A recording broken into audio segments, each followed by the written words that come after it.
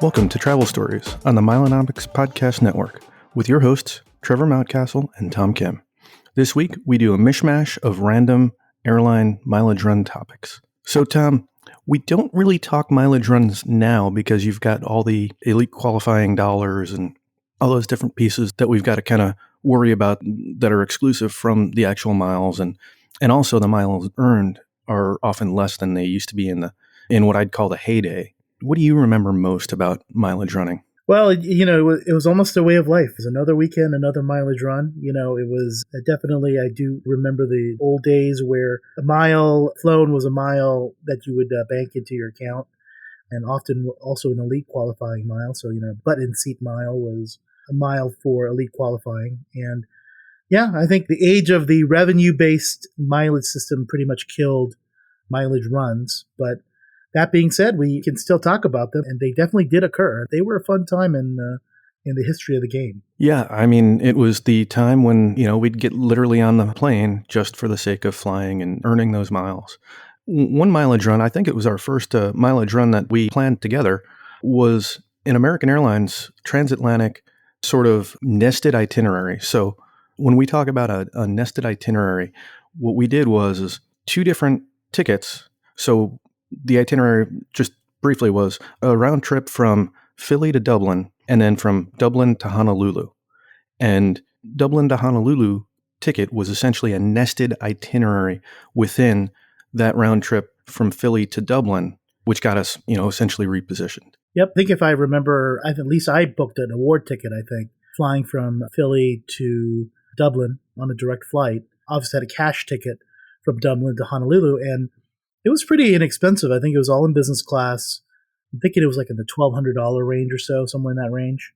And there were a number of different bonuses happening around that time, which kind of made it a little rich. So I think we both kind of jumped on the opportunity, if I remember. Yeah. So there was a transatlantic bonus, and then there was a premium cabin bonus. I think from my perspective, for the entire itinerary, and we'll talk about the itinerary in just a second, I think I ended up getting almost all the way that I needed to get to then executive platinum. So we got something like 60 or 80,000 redeemable miles just from the bonuses, plus the miles flown. And that itinerary, if I recall correctly, you and I did a little bit different. So you did... Wasn't planned that way. Yeah, I think it turned out that way. Well, actually, no, it was planned that way, right? So I wanted to try to eke out an extra segment. Oh, that's true. So I had scheduled for myself, so we both did Philly, Dublin back, but you went and did Dublin right back to Philly, and I was going to go Dublin to London. I would have met you in Dallas, then we'd hit Honolulu, and then I think it was back via Chicago, and then was it Chicago, Philly, Dublin, then back to Philly? Yes, it was. I guess what happened is the segment that we differed was you had a connection, right, in your Dublin to Philly, and I had a nonstop. Yeah, exactly. I had thought I'd get to the first class wing over in London and, get that extra segment and have a longer flight getting over the Atlantic so I'd get right into Dallas. It was a good idea at the time. As I recall, the flight out of Philly left late, like hours and hours late due to a mechanical, which meant that we didn't get into Dublin until, 1 or 2 o'clock? That's right. Yeah, we did have a couple hours delay on the way to Dublin. And then, of course, that did cascade into some other issues. Yeah, so when we had gotten in, I was faced with either get on that same aircraft that you were flying, or there was no way I was going to get out of Europe that night. And given that this was literally I think we had 2 nights that were actually on the ground, one in Honolulu and one in Dallas. This was a quick trip that would have cascaded rather quickly. You were definitely going to misconnect, and that probably was going to cause you a major problem continuing, at least on the itinerary you had booked. Yeah, so I think I remember us kind of strategizing as we were, kind of realizing the situation that we were in. You were kind enough to actually join me. We both cleared customs and made a beeline for the ticket counter. I think we were then told to go to the customer service desk, right? Because we actually probably needed to have a reissue of some tickets. Exactly, yeah. And there was like the lone person behind the desk because, all the transatlantics, everybody should have checked in. It wasn't quite the squeaky wheel of the ticket cart going, back behind the wall, but it was very close to that. I recall being a little bit worried for you. Walking up to that that lone customer service agent thinking, is this guy actually going to be able to do anything for you?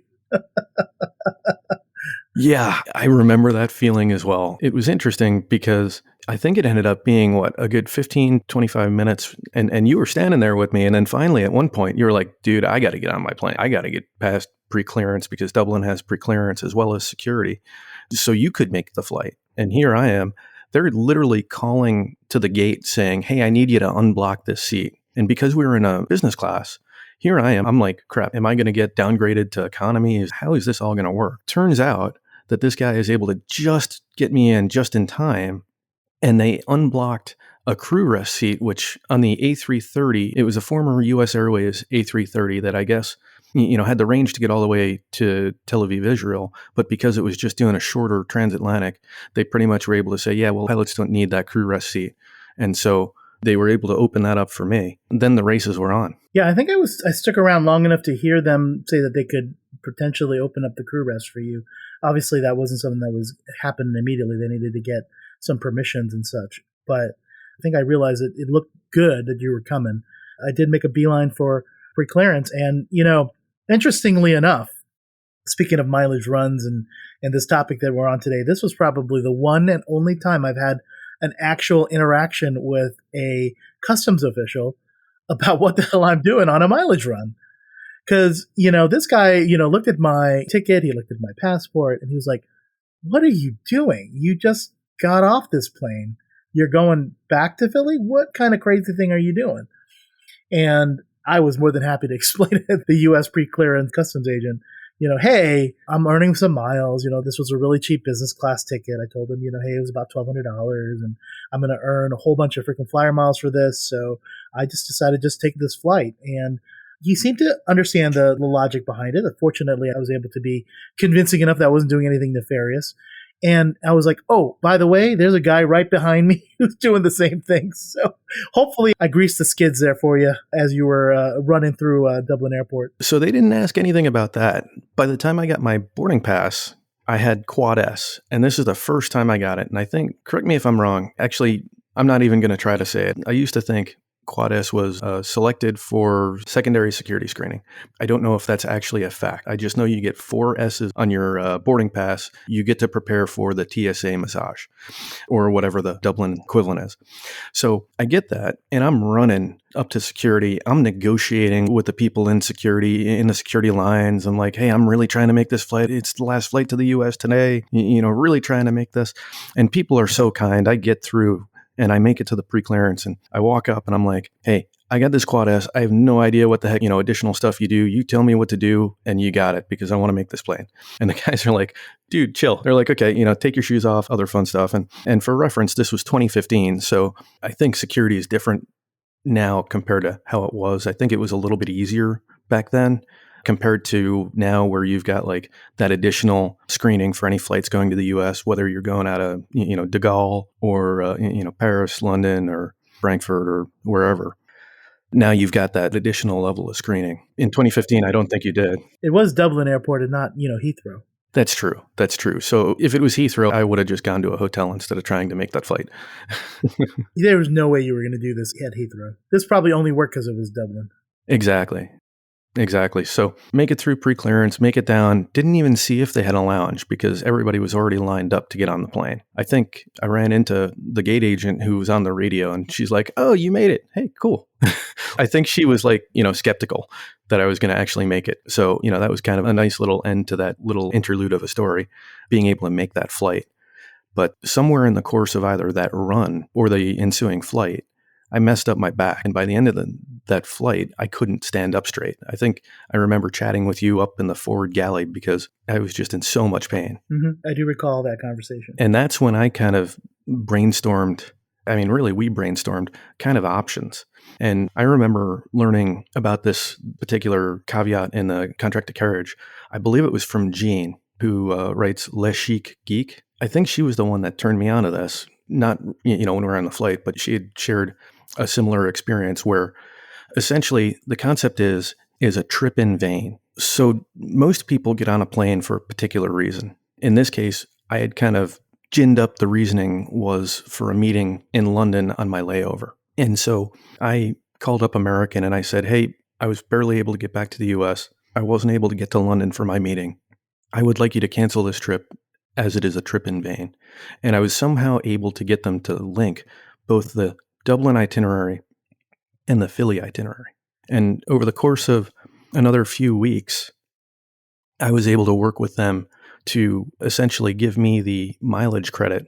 They had sort of offered either money or mileage credit. And so I said, well, I really do want to retain my status, even though I didn't get to go to Hawaii or London for that matter.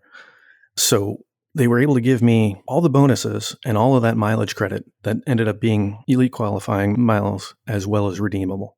So while you were going to Honolulu and earning your miles, I was resting with an ice pack on the couch. You did it the easy way. And, I would point out that, specifically with trip in vain, when you're only able to invoke this if there has been an, what is it, irregular operation, right? Like, so if you've had a delay or something that does in fact, significantly or at least somewhat impact your itinerary, you are in fact entitled to the miles that you would have originally flown on that itinerary. That is part of this particular condition in the contract of carriage. Exactly. It's something that I actually haven't used again. It's one of those things that I think is important for those of us, in the community, anybody that's getting on a plane, to realize that there is that rule, that trip in vain option. It's pretty esoteric. I mean, it's interesting. You happen to be in one of these weird situations where, invoking that trip in vain actually made quite a bit of sense. I'm trying to recall. I may have had one other time where I possibly could have done it, but it's a very, very infrequent situation where this would be to your advantage. I would say, dare I say nowadays, with mileage runs being kind of not even something that most people do, I'd say this is probably even rarer because it's really those mileage runs where it kind of made sense to invoke this because, if you happen to have, a mileage run where you were just flying for the miles anyway, and they were just going to give you the miles and you probably even possibly get a refund too. I mean, why not, right? The use cases are fairly minimal. And maybe this is just that kind of esoteric, trivia that helps you on trivia night or if you ever get on Jeopardy. But I still think it's an interesting story. I think it's a kind of a helpful thing to know in the outside chance that you end up in one of these, hopefully it's a 1 in a million type thing because, obviously you're getting on a plane for a particular reason. You want to be able to do what you're getting on the plane for. But with this particular promotion, it was just too attractive not to try that, especially given the fact I was going to be in a significant amount of pain for that entire trip. When you kind of made that fateful decision to not join me all the way to Hawaii, I was like, I'm kind of upset a little bit about that. But I was like, you know what? I didn't think I was in a bad position because, I did want to actually get all those miles. And I was kind of questioning what you'd end up actually getting, not realizing that I think you made out much better than myself in terms of what your final earnings number was for this trip. Yeah. So I think the way they gauged one of the promotions, premium and the first in business class, was based on the distance of flight. And so I think that I might have gotten more miles because of that London to Dallas flight. When I made that decision, I realized that I was putting a whole lot of faith in American. And I'm not sure that they deserve that much faith nowadays. But back then, it actually worked out. And I was a little bit surprised myself. Given the amount of money that those tickets cost and the amount of planning that went into it and the fact that we were doing this one in July, so there wasn't a ton of time for me to kind of make up for all that mileage, with additional flying. If it didn't come through, it was a pretty big gamble. I think that also speaks to some differences. I mean, back in 2015, this is still mostly run by Americans management, and it's probably before a lot of the U.S. Airways folks really found their way into the kind of the operations and the customer service of the newly merged American Air and U.S. Airways airlines.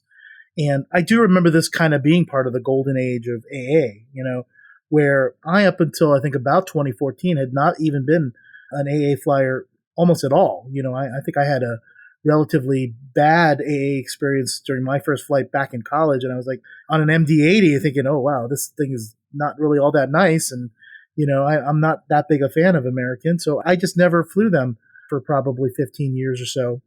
And it was only after FTU and realizing, wait, hold on a second, there's some nice things about American. Some of their domestic flying actually was significantly, I think, better at the time than what I was used to on Northwest and Delta, which was what were kind of my main airlines back in the day.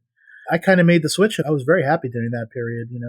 The system-wide upgrades, the way you were treated as an executive platinum, the amount of upgrades you'd clear on these mileage runs, it was all very good. I had switched to American, I think, when United went to the premier qualifying dollars. And so I think this was my second or third year as an executive platinum.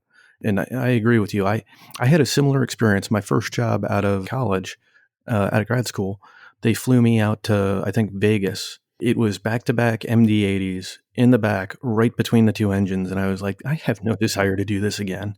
The experience back in, the 2013, 2014 range definitely was far superior than all those memories. And soon, it was not until you had just said your college experience that I sort of remembered why I had avoided American for as long as I had.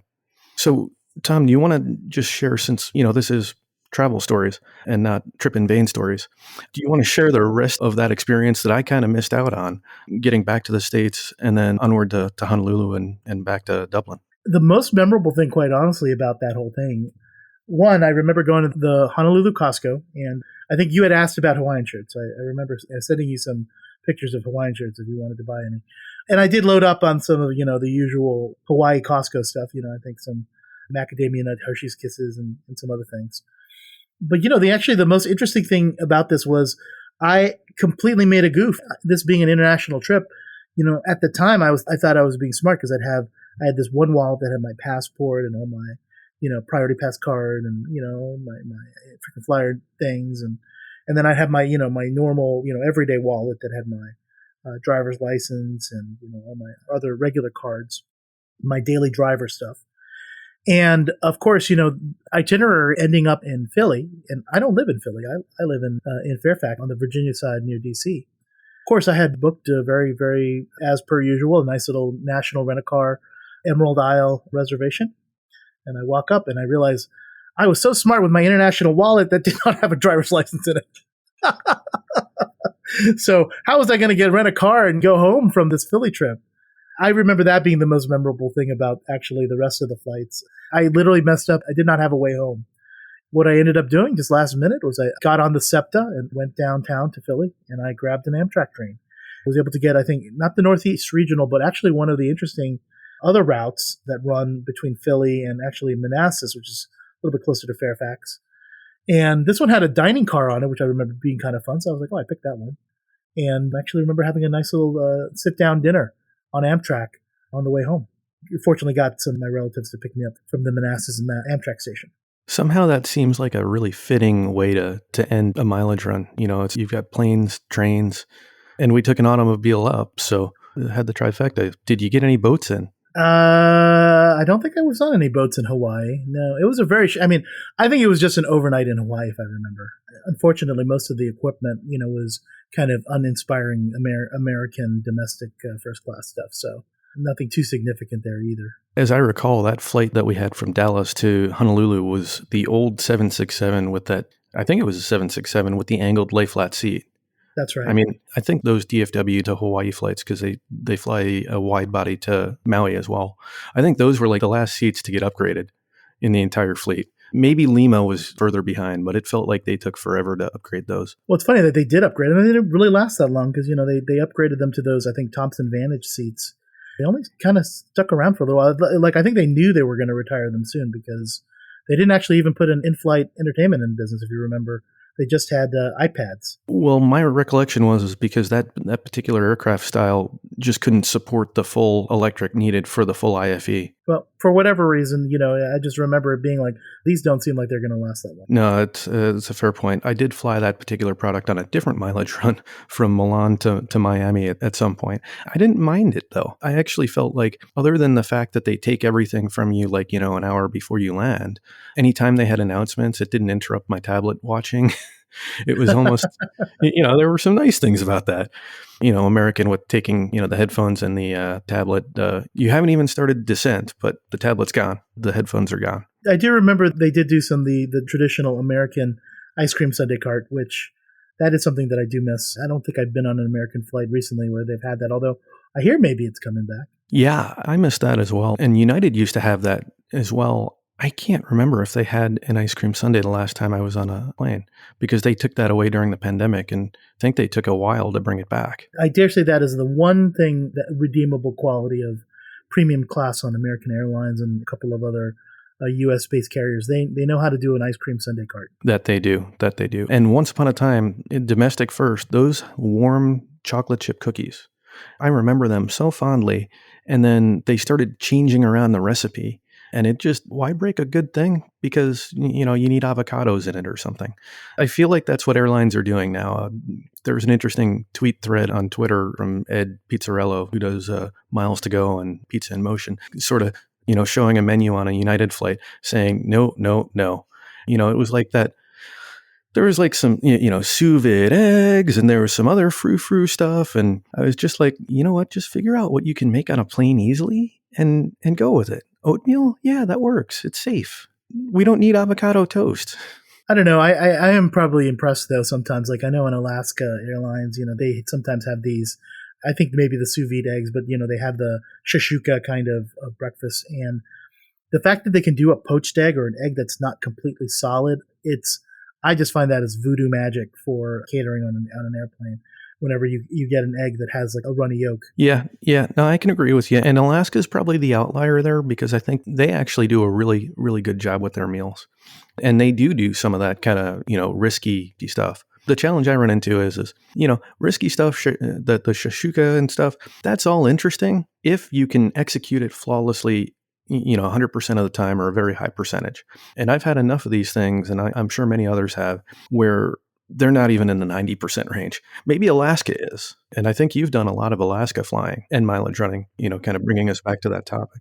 I mean, I think it helps that Alaska is like 90% 737s. So it probably helps that they don't have a lot of variation in their equipment types and ovens and catering. I mean, it's all very unified. And American or United or even Delta, I mean, how many different kinds of planes, even internationally, are crew having to familiarize themselves with, It's so true. I mean, there's something to be said about the simplicity of the fleet. So, Tom, we've talked about the Dublin, Honolulu kind of fun trip that we did together, mostly or somewhat together.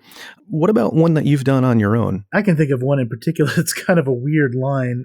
That is the Mexico to Easter Island route, which is Mexico City via Santiago to Isla de Pascua, which is Easter Island, which is a remote island off the coast of Chile in the Pacific Ocean. Very remote, 5 or 6 hours from Santiago. A wonderful place to visit because, it's all those Easter Island rock heads are. I mean, just Google them and you'll see what I'm talking about. The statues that are on Easter Island. They're very distinctive and a very interesting part of the culture and the history there. I missed out on those. I mean, I saw so many of them, and I think you've done 3 or 4 of those. I was so sorry to miss out on them because we haven't seen them come back. How was that experience? I mean, you had a couple of short flights, right? They're both 5 or 7 hours. And sometimes I would connect, depending on the fare and what the availability was. Sometimes you'd have a connection in Lima as well. I did it once originally actually to go to Easter Island. It wasn't really a mileage run. I actually did stay on the island. And I went with a good friend of mine. We were there for nearly a week, and it was my first time on Easter Island. And we did go and visit a number of the different national parks there and had a wonderful trip. I do suggest it. The only downside is there's not a lot of options for points and miles hotels there. But definitely worth a visit. And that one was kind of its own little, it was actually my first trip, I think, to Latin America, believe it or not. That was my first time to Santiago, first time to Lima. I went to Machu Picchu, went to Cusco, went to the Sacred Valley, did Tambo del Inca, had a wonderful time and saw a lot and did a lot. A year or two later, the same fare that we saw, that kind of, just around $1,000 fare for business class on LATAM, or actually LAN at the time. I think this was before the merger, actually. Oh, it was well before, I think. Yeah. And it was very, very, tempting because, that's a fair amount of mileage. They were a One World partner at the time. Again, it was helping me with my executive platinum mileage requirements for the year. And the best way to do them was to do them nested. So I think I did if I remember correctly, I landed on on Easter Island twice. I did one Mexico to Easter Island round trip, and then I did another one immediately after. So did two back-to-back round trips from Mexico City. Because obviously, there's some cost to positioning down to Mexico City. And I did think it was kind of ridiculous that I flew down. Both of these were immediate turns. I was on Easter Island for, I think, about 2 hours. I walk out of the airport and I walk back in. That's it. I had a sandwich at the restaurant in the airport, very tiny. And then that's all I did on that trip. That one was notable for another reason, though. On my way back, this happened to coincide with one of the earthquakes in Mexico City. So I was in between my positioning flight back to the U.S. I was staying at the Courtyard by Marriott that's right there at Mexico International Airport. And I'm sitting in my room watching TV, and I suddenly see this drawer in the dresser just kind of come out a little bit. I'm like, that's odd. I push it back in. Comes back out again. And then at that point, I'm like, is there like a ghost in here? Like, what is going on? And then the whole room starts shaking, and I'm like, oh, this is an earthquake. Oh, this isn't Casper. This is just an earthquake. I run outside. Strangely enough, all the local people there were like, it's only category 5. I'm running out the emergency exit. I'm in the alleyway of the Courtyard by Marriott, and these other employees that are kind of milling around, and they're like, a couple minutes later, I just go back in, and everything's fine. And there wasn't any, I think, again, it was not one of the major earthquakes, although, unfortunately, there was a larger earthquake that did hit Mexico City about a month later. That, again, was the most memorable thing about that particular mileage run, other than, Easter Island is kind of a weird place to do a mileage run to. Yeah, and pretty cool place to be able to say that you've been to. And that's a domestic flight from Santiago, right? It is. It's another weird one. Yeah, 5 or 6 hour transoceanic domestic flight. Yes. That's an interesting one. What kind of aircraft was that? I'm more just curious. It was mostly 767s. I'm trying to remember if one of the legs might have been a 787, but I think for the by and large, of the 6 or 7 segments that I've done, they've been on 767s. I mean, that's better than a narrow body or a regional. Considering that the wide body is the main commercial link that you have, it's kind of interesting for such a remote and relatively sparsely populated location. I can totally see that. I mean, it is interesting that they'd be flying a wide body there. I can't imagine that they'd be filling it every day, every flight, would they? I think they managed to. And, well, I guess if you're selling $1,000 business class tickets. Yeah, I suppose that would be a way to do it. There's such a thing as induced, I guess, demand. You make it cheap enough and people want to go. So true. So true.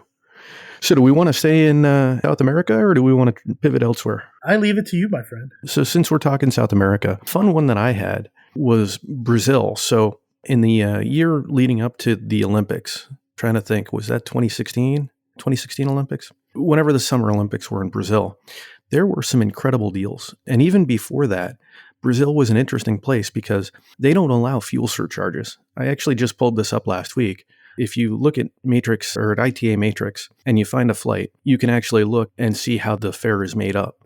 In the old days, airlines would have $1 fares or 1 cent fares, and they'd have a whole lot of fuel surcharges and other taxes and fees. Now you look at the fare bases and they're pretty decent on that base fare. But the reason is Brazil just didn't allow fuel surcharges.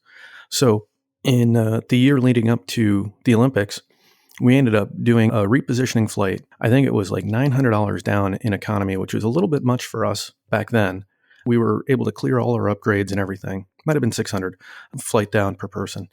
Clear our upgrades. And then we just kept buying round trip business class fares out of Brazil, either out of Rio or out of Sao Paulo. We did a number of these turns, right? So we'd go down there for, a long weekend. We'd go to Rio for land on a Saturday, fly home on a Monday, that sort of thing. One time we had a little bit of a limited time for the back and forth.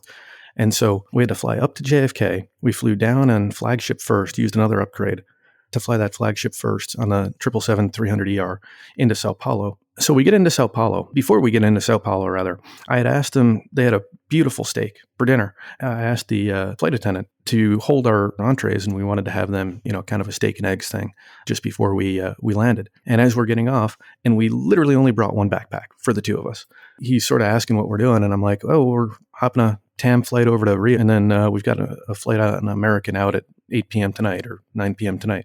And he just sort of chuckles and he's like, no wonder you wanted your protein in the morning. So So we land at Rio's airport, and this is a gig, the international one versus SDU, which would have been the better one for us to have flown into. We hop a taxi over to Sugarloaf and take the cable cars up. Our listeners hopefully have seen the Bond movies. There is a Bond movie where, gosh, I think it was Roger Moore and The Moonraker? Jaws. Was it Moonraker? I think it might have been Moonraker. I just remember Jaws on that cable car, the metal teeth. It was fun to get up there. So it's a 2-part cable car. We only went to the first level. My wife is a little bit of a fear of heights, so I didn't push it going up even further. We ended up seeing Sugarloaf, came back down, had a churro, hopped in the taxi, and back to the airport to fly home. It was certainly a fun experience. And ironically enough, that flight home, they did an aircraft swap. And so they put us in first class. They just didn't provision it for all the first class amenities because it was one of those old 777s that hadn't gotten that new kind of, I think that's when they were rolling out that seat that kind of has the front and back. Yeah, I think the Super Diamond seat. I thought that's what they put on the No, so some of them have that custom made seat that like if you move and the person that's like, connected to you, they feel it and stuff. It's that custom made kind of, like it's a bunch of triangle sort of angles, if I recall correctly. Like you could be sitting in one seat looking backward on the window sort of side of the aisle, and you're like literally staring right at somebody on the middle part of the aisle looking forward. It's just one of the most awkward seat designs, and apparently they're still alive and well because a friend texted me that he was on one 2 days ago. I don't think I've been on a 300 that's been reconfigured. The Rio flight back to the States was not a 300. I think it was a 200, so it had that odd seat. It was either a 200 or a 767. I can't remember. I just remember it had that custom-made seat that, like, it delayed so many aircraft deliveries when they first rolled it out, and it's just a horrible seat. I thought they set that aside and just went to the Super Diamond seat, right? Is it the Super Diamond seat? Because they've got, like, 2 different reverse herringbone seats now. They do. I mean, I think a lot of the converted ones, I think the Super Diamond is on, and then the ones that the 300s that started off with flagship first and the kind of the same seats they have on Cafe, those reverse herringbone seats, I think those also continue on for right now. I don't think they're planning on ripping those out just yet. Yeah, I think so. Of course, here we are geeking out on airline seats for a few minutes. Do you want to pivot to another kind of fun mileage run from the days of old? Sure. I mean, and some of them aren't that old. Believe it or not, there is still some mileage running to be had, so, Alaska Airlines obviously is one of the last airlines that still does mileage qualification through but in seat miles rather than just on the revenue side. So I know as a result, I definitely made use of a number of different Alaska state mileage runs, from here in DC. I'd fly up to like Sitka, Juneau, Anchorage. I think I flew to Ketchikan. I did a milk run once, which is another interesting, fun route, which involves, flight from Seattle to Anchorage with several different stops. The Anchorage runs are pretty fun. Of course, they're all on, for the most part, 737s and not a particularly fun seat. The actual hard product is pretty lackluster. On the flip side, Alaska crews are great. They're really friendly and have a great attitude. The catering on Alaska is pretty decent as far as, U.S.-based carriers go. They have interesting things. I didn't get too tired of the food that they served. They have interesting stuff on those planes, generally, from a catering perspective that you will usually enjoy eating. I've done Alaska mileage runs, though, not only on Alaska, but I think some of my early ones were on Northwest and Delta. Those are fun memories as well. Also on American. I remember flying Dallas-Fort Worth to Anchorage, is one of the longer domestic flights you can, again, for mileage run purposes. And the fun thing is you do one of these Alaska, Dallas-Fort Worth to Anchorage mileage runs at the end of the mileage year, sometime in December or so. Not only is it really cold outside, but you run into a lot of other American exec platinums doing the same thing. So there you go. It's a little reunion there in December in Anchorage or Juneau. It totally is. It's just fun running into like-minded people who obviously care as much about elite status as you do. Although I'm probably talking about something that doesn't exist anymore because, people who really care about their exec platinum status are probably, using their credit cards now to get miles, not button seat miles. You'd be probably doing it the hard way and the more expensive way doing it butt in seat these days. Yeah, but you still have the Alaska members that still want to be able to do their status, right? MVP That's true. 75 or MVP 75 or what, is there an and MVP 100 now? there's a 100K now. Yep. It's a pretty good status to attain, and in fact, I didn't requalify last year. I may try to do it again this year, but, I'm kind of waiting it out. Probably the one thing that I don't know if people are, I definitely don't hear it mentioned frequently, but, one of the advantages of getting MVP 75 is, they do give you 50,000 miles once you hit that requalification level. That is kind of a nice bonus. Yeah, I don't know anybody that'll turn down 50K. Definitely factor that into your spreadsheets and your math as you're figuring out your cents per mile on your mileage runs. And realistic, I think the Alaska routes are probably one of the last ones that, again, mileage run can, so on the fringes, make some sense when you layer that in with, all the different partners they have and can tell you, pretty much any premium business class type of revenue ticket I have has been credited in recent memory to Alaska. That's really helped me with my stockpile of Alaska miles. All those Cathay mistake fares, some of these, the Epic Guys trip, all these ended up in my Alaska MVP account. Yeah, I remember that Epic Guys trip from episode 8. That got me MVP 75 for the first time. Yep. I think I requalified once, maybe twice. I'm trying to remember. I was sad to see that go, though. But my problem is, how could you spend any possibly more time on a 737 other than, if you could fly from maybe Miami to Alaska via like LA? That might get you a little bit more time in a 737 and still fly domestic. Well, how about Miami straight to Seattle? For some reason, I figured that Miami to LA and then LA up to Anchorage or LA to Seattle, then Anchorage would get you a little bit longer because you're kind of going through 3 out of the 4 corners of the country. But maybe the flight to Hawaii is comparable. I can't remember how long that flight to Anchorage is. Is it like 3-4 hours from Seattle? It's about 4 or 5, I think, actually, if I'm not mistaken. Okay, three, yeah. So I think 3 is a little short. I think it might be 3 up to like Juneau, which is a little bit closer. Anchorage a little further. So effectively, you can stay on a 737, either go to Paradise or the Arctic tundra in a 737 for almost similar durations on a narrow body. They even have the Anchorage to Honolulu, flights as well. That's another interesting line. I've never done it myself, but I feel like that's a really popular one, though. I feel like I've looked at that airfare and have been like surprised. I think one of the things that's really driving me away from Alaska, though, is just their airfare have been very uncompetitive, and I think they're definitely filling up those 737s without having to be super competitive on price. So a lot of these kind of $300-$400 mileage run worthy Alaska round trip fares in economy, I'm not seeing them as much, although I'm not really seeking them out either. Yeah, the old days, you used to fly to Las Vegas via Portland or Seattle, and I think now you're flying nonstop or direct, right? That's right. Well, and at those prices, when it was under $300, you could stick a connection in there, and I have no problem whatsoever. I would enjoy it, even if I didn't get upgraded. But if the $500, $600, $700 price point, it's hard to do mileage running. Yeah, and I think we talk about that almost every week. Is prices right now are not terribly. They're just not attractive. We're a broken record. We are. I'm looking at trying to get out to Reno, and we'll talk about that the next episode. And just the airfares are just crazy. I'm like, we say it among ourselves and others.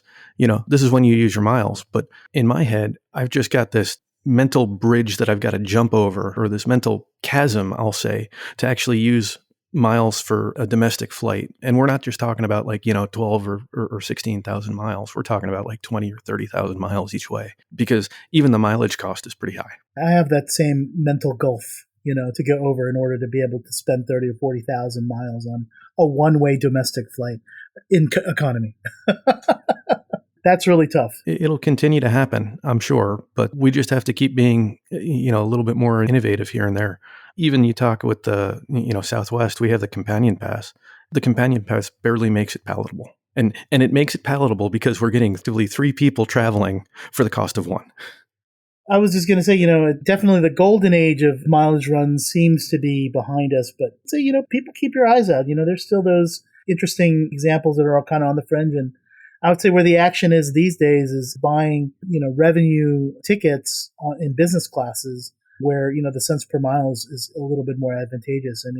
You can still find some pretty, I think, reasonable fares in the $1,000 to $2,000 range in business class that will actually end up earning pretty good stack of redeemable miles. basically rebating you for that flight. Now, mind you, it's probably never going to be the situation where you're going to get more miles back than the value of that ticket. But you know what? It's still probably a pretty high percentage you can get back, especially with some of the fare multipliers with certain classes of service. Yeah, I think now for us, we're much more vacation run focused. If we're going to do something and pay for it, we're generally looking to spend a night or a couple of nights.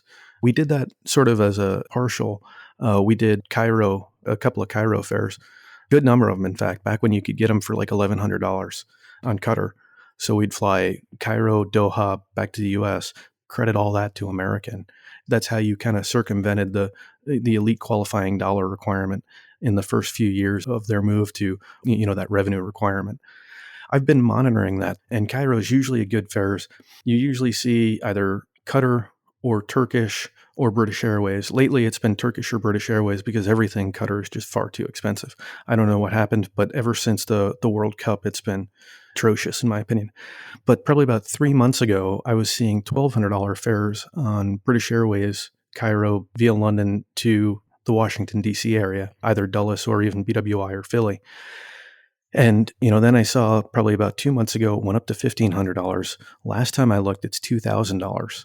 And if you do like one of those matrix or ITA matrix searches, you can literally see it's $2,000 for like almost the entire schedule, which is great because, if it ever goes back down, it'd be great to have that much flexibility. But like when it was 1,200, it was 1,200 almost every day.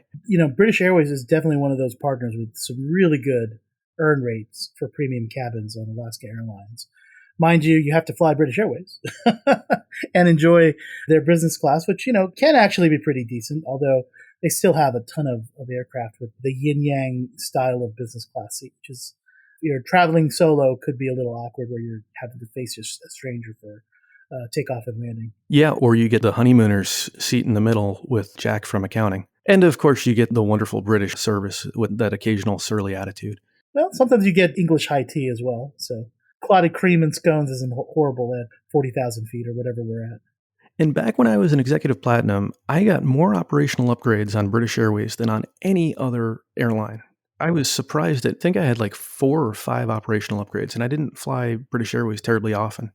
And it was from econ to first, or no, so it was usually from premium economy into business class. Yeah, got it. Yeah, that was pretty regular thing for me. I think that might be an idea for a next episode or a new episode. We'll have to talk about some of our more notable operational upgrades. Absolutely. That does sound like a fun one. Well, Trevor, I enjoyed kind of running down memory lane and kind of letting our listeners know about some of our notable mileage runs from the past. Hopefully they learned something, hopefully they heard or can take away from them trip in vain, which might be a very useful thing to have in the toolkit in the very, very specific situation where it might occur. And nested itineraries too. It's another one that we kind of touched on that I don't know that everybody kind of thinks of. So, Trevor, do you want to close it out?